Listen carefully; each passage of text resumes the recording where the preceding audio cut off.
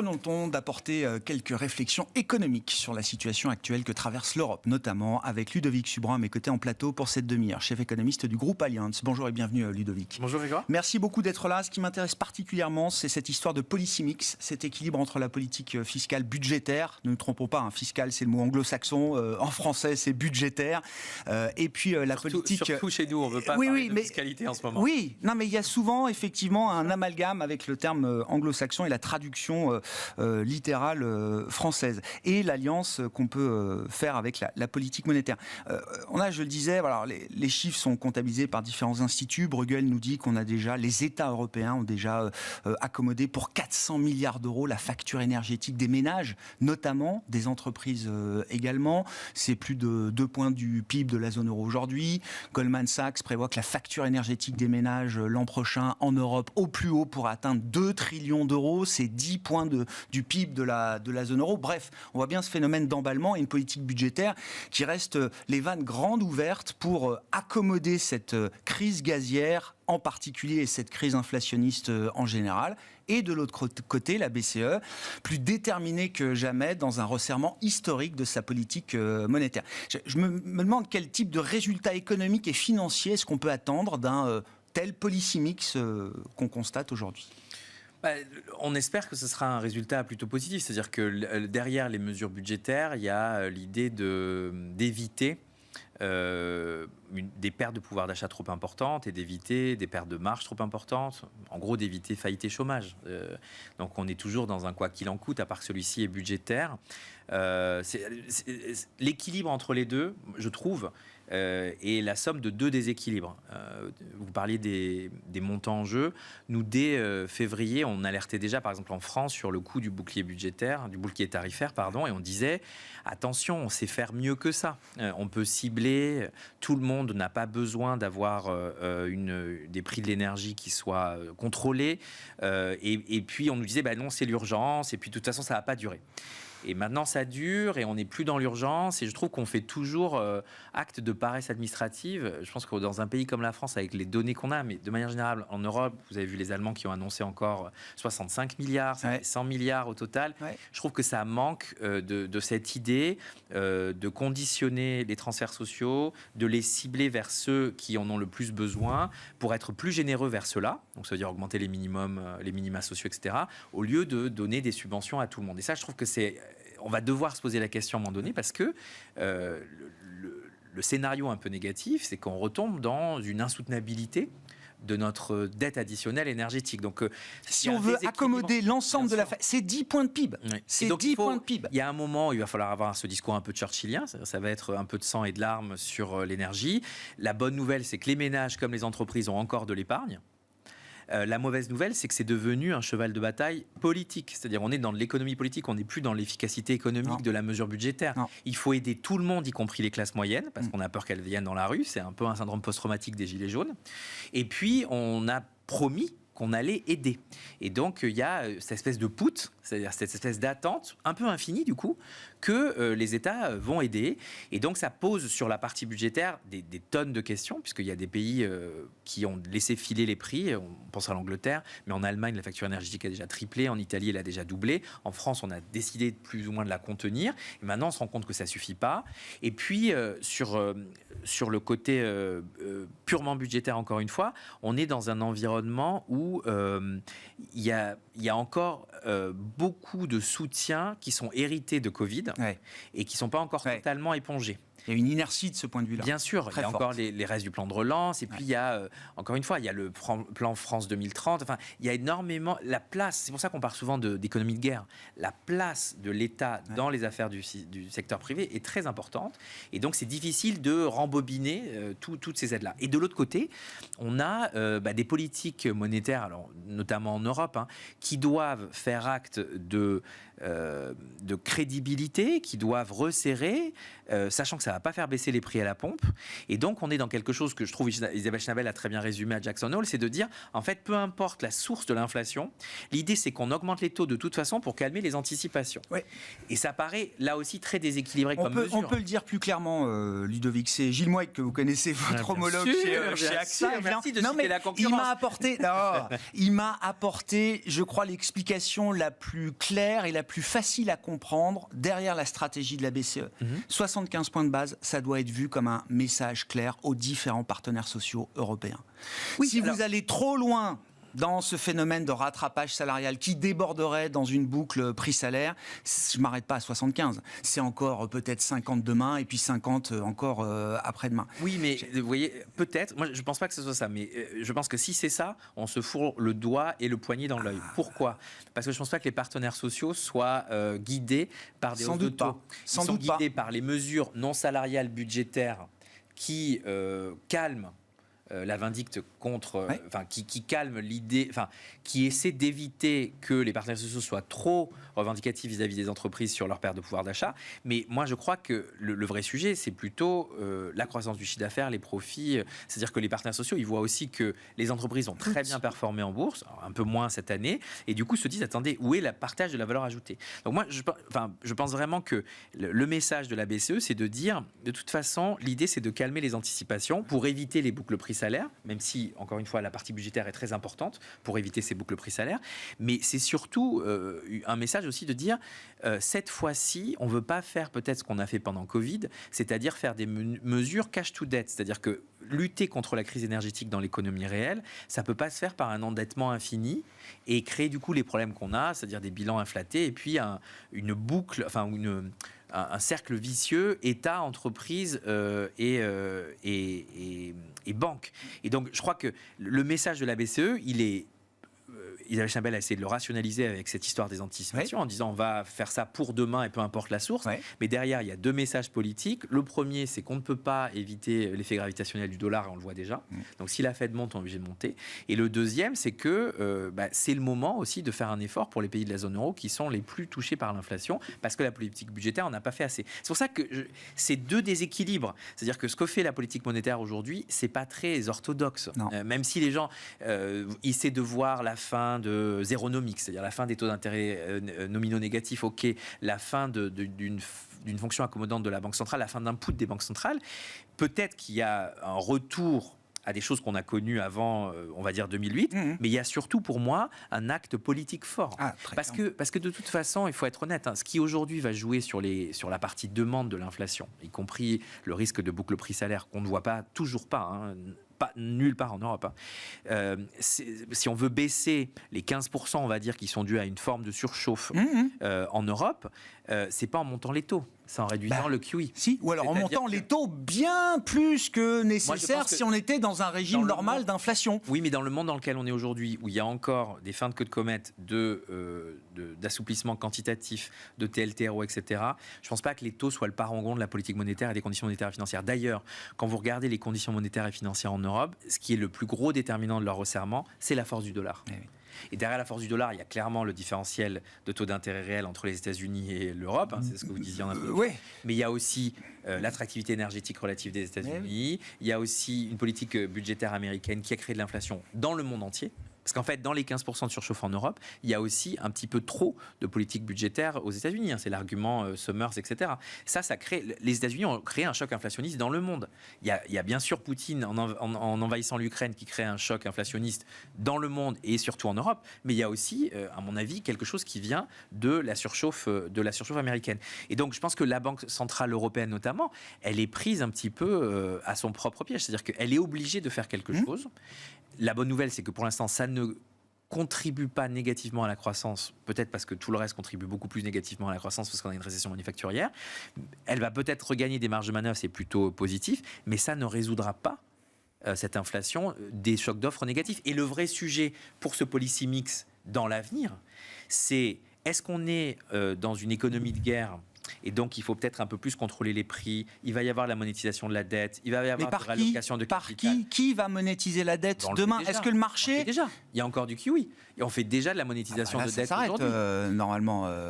Écoutez, Fatih Birol, le président de l'IEA, hier dans le FT, nous expliquait qu'il ne faut pas s'inquiéter de la crise énergétique. Bon.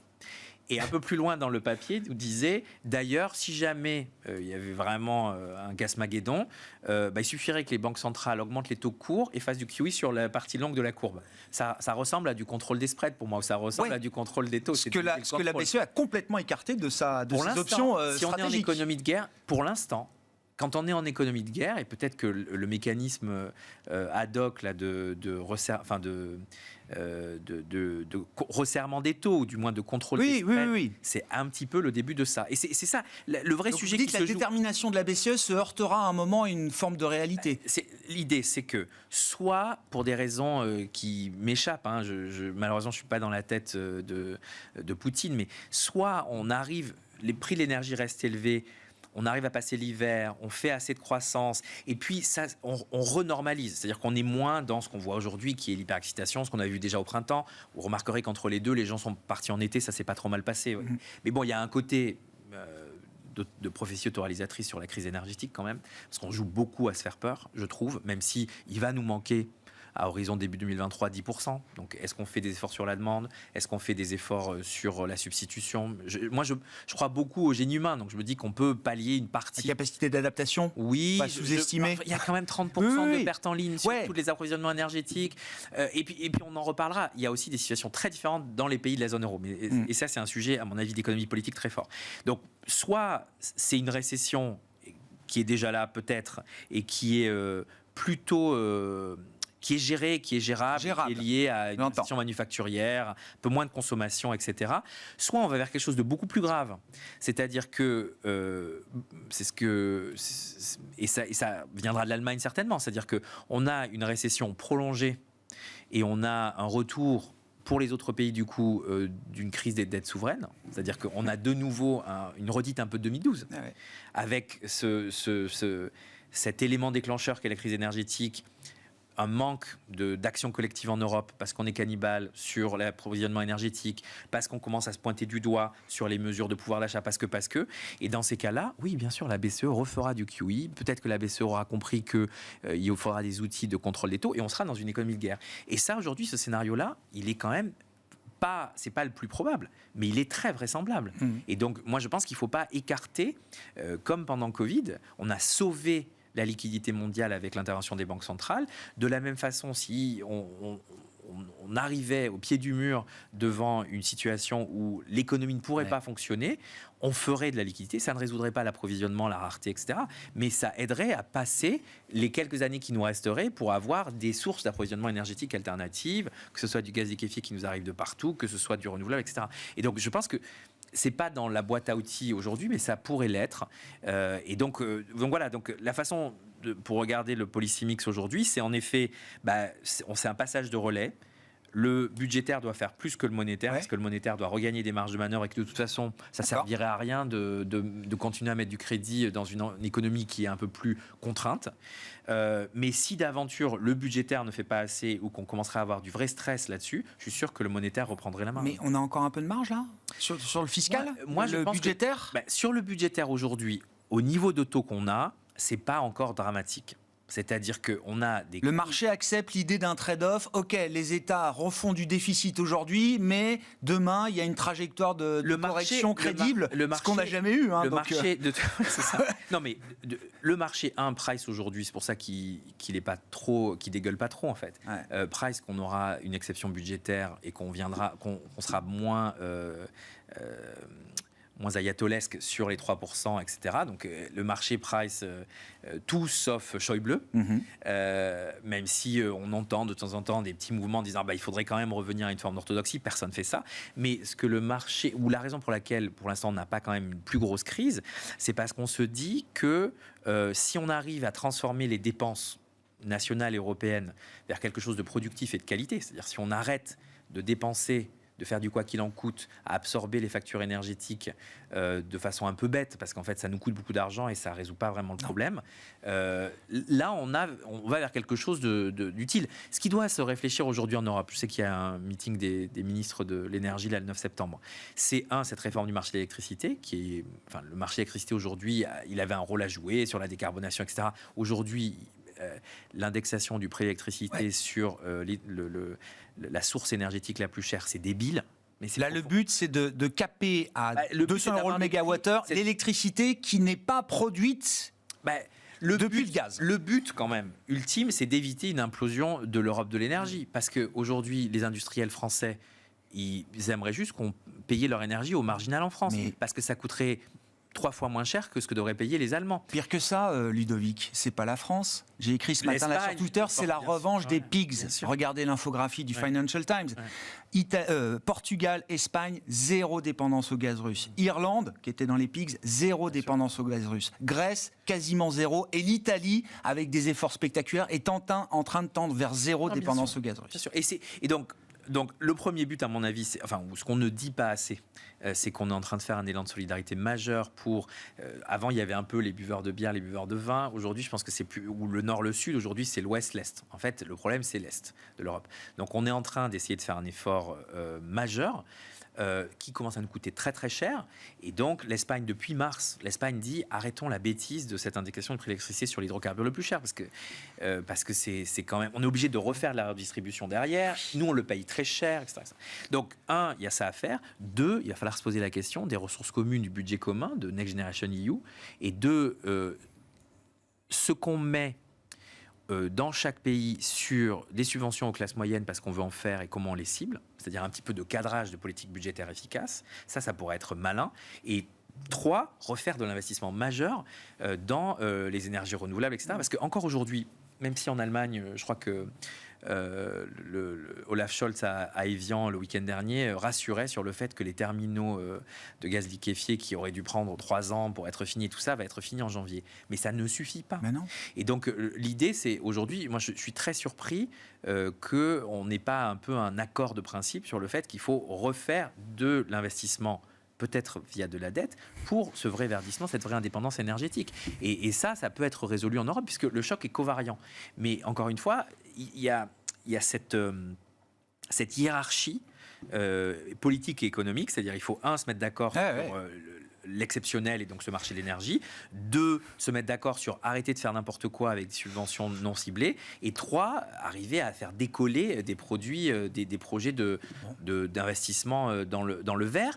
Moi, je vais vous dire, quand on regarde, c'est peut-être la bonne nouvelle dans cet océan de mauvaises nouvelles, mais quand on regarde les engagements allemands sur la sortie du gaz russe et la sortie du gaz, l'économie allemande est sur sa trajectoire 1,5 degré sans dépassement. Mais ce qu'on ne dit pas, c'est que pour faire ça, il faut 400 milliards. Mais si. Voilà. Mais oui. Et donc, les 400 milliards... C'est tout le système de production qu'il faut changer. Bien sûr. Et donc, je trouve que c'est là où l'Europe manque un peu à l'appel. Je sais qu'on avait des élections dans les gros pays. On en a encore une grosse à venir qui va être compliquée. Mais je pense si on mettait le même collectivisme qu'on a mis à répondre à Covid, qui a été critiqué parce qu'on a été lent, mais on a vacciné ensemble, on a ouvert. Si on faisait la même chose sur l'énergie, et peut-être que c'est un sujet plus compliqué. Moi, je trouve que la santé, c'est plus grave que l'énergie, mais sur la santé, on y a réussi. Sur l'énergie, on n'y arrive pas. Et du coup, ça révèle, à mon avis, le fait qu'on n'est pas touché de la même façon, et qu'on n'a toujours pas résolu ces problèmes d'asymétrie en zone euro, et que peut-être que les uns ne veulent pas faire d'efforts pour les autres, notamment ceux qui, il y a encore 10 ans, les pointaient du doigt en leur disant « vous êtes méchants parce que vous avez trop dépensé ». 2, je pense qu'il y a un vrai sujet de doctrine au sein de la Commission européenne, c'est-à-dire que, en gros, notre commissaire à la concurrence et notre commissaire au marché intérieur, en gros, ne se parlent pas. Je crois qu'on a un sujet, c'est-à-dire que la doctrine de concurrence, même si on est en situation encore exceptionnelle, et la doctrine de politique industrielle, ça n'a pas encore complètement percolé. Et du coup, ça crée ce gloubi-boulga, qui d'ailleurs n'est pas très bon pour les entreprises, qui n'est pas très bon pour... qui crée une défiance maximum. Etc., parce qu'on a cette gestion de la crise énergétique de façon très chaotique aux frontières, et on a cette ombrelle qui est le prix de l'électricité, qui en fait crée encore plus d'entropie dans le système physique. Et donc, on est en train de dépenser beaucoup trop, C'était Mélenchon, je crois, qui disait il y a encore 4 mois, si on allait acheter le gaz tous ensemble, on ferait baisser les prix de 30%. Le groupement du gaz, oui. Ne serait-ce que ça. Alors, c'est vrai que ça fait mal que ça vienne de Mélenchon, mais quand on est le plus gros consommateur de gaz et qu'on a un petit peu de poids, on peut éviter peut-être un marché spéculatif complètement dysfonctionnel qui fait que les prix augmentent de 50%, rebaissent de 30%. On voit bien qu'on a un sujet en temps de guerre, et c'est ça peut-être, ça c'est le scénario central, on arrive à le faire marcher, mais les signaux sont qu'on est de plus en plus dans quelque chose qui ressemble à un temps de guerre. En temps de guerre, on réalloue les ressources vers l'utilité publique. On a une cause de sécurité nationale. Et l'énergie, ça fait partie de ces sujets qu'on ne peut pas laisser au marché quand les marchés dysfonctionnent. Et donc, il faut... je crois que c'est Martin Wolf dans le FT, votre collègue, qui disait il y a peut-être un moment où il faut arrêter avec les sacro-saints marchés. C'est bien de s'en rendre compte, alors qu'on est dans une... Le FT, c'est pas... Oui, mais bien sûr, mais le monde à l'envers. Et donc, c'est ça le vrai sujet, c'est que le mix entre la politique budgétaire et la politique monétaire, avec cet élément de politique énergétique très fort, il est forcément dans un changement de paradigme. Et donc aujourd'hui, c'est le budgétaire qui fait le gros du boulot. Moi, je ne serais pas surpris que le monétaire revienne à l'aide si on est dans une situation de récession qui dure et qui commence à coûter très cher en termes de faillite et de chômage. PIB ou CO2 ? Est-ce qu'il faut choisir ? Il y a 2 minutes pour apporter un petit éclairage là-dessus. Moi, je ne crois pas. Il y a des expériences qui montrent que c'est possible ou pas ? Oui, la Suède, il y a plein de pays qui ont des intensités énergétiques de leur PIB qui sont plus basses. Je crois que le problème, c'est que pour que ça marche, il faut avoir une économie du capital humain très forte, il faut avoir d'autres sources de croissance qui sont très fortes. C'est juste que là, on est en train de réfléchir à ce débat dans un moment où le président nous dit c'est la fin de l'abondance, dans un moment où on se rend compte que l'intensité énergétique de tout ce qu'on produit dans certains pays et de ce qu'on consomme est trop forte. Moi, je crois qu'on peut croître. Peut-être parce que j'ai été bercé à ça et que je pense que la meilleure lutte contre les inégalités, c'est la croissance, mais je crois qu'on peut continuer de croître. Ça sera peut-être pas aussi fort. Ça sera peut-être pas la même croissance, mais je crois qu'on peut continuer de croître sans être carboné comme ça. Mais ça veut dire changer énormément. Nous, on avait, dans mon équipe de recherche, par exemple, on passe aujourd'hui plus du tiers du temps à ne faire que de l'économie du climat, à mettre en place des modèles, à travailler sur des trajectoires sectorielles pour nos investissements, à travailler sur des trajectoires pays. Et on se rend compte qu'on n'a pas encore totalement les clés de comment ça va se passer, mais on ne peut plus attendre. Et donc moi je pense que c'est surtout ça, et rien que ça, c'est-à-dire les investissements pour le verdissement, c'est de la croissance. C'est de la croissance demain, bien sûr. Merci beaucoup Ludovic, merci d'avoir été avec nous pendant ces 20 minutes et plus pour apporter quelques réflexions économiques sur la situation européenne du moment. Ludovic Subran qui était avec nous en plateau, le chef économiste du groupe Allianz.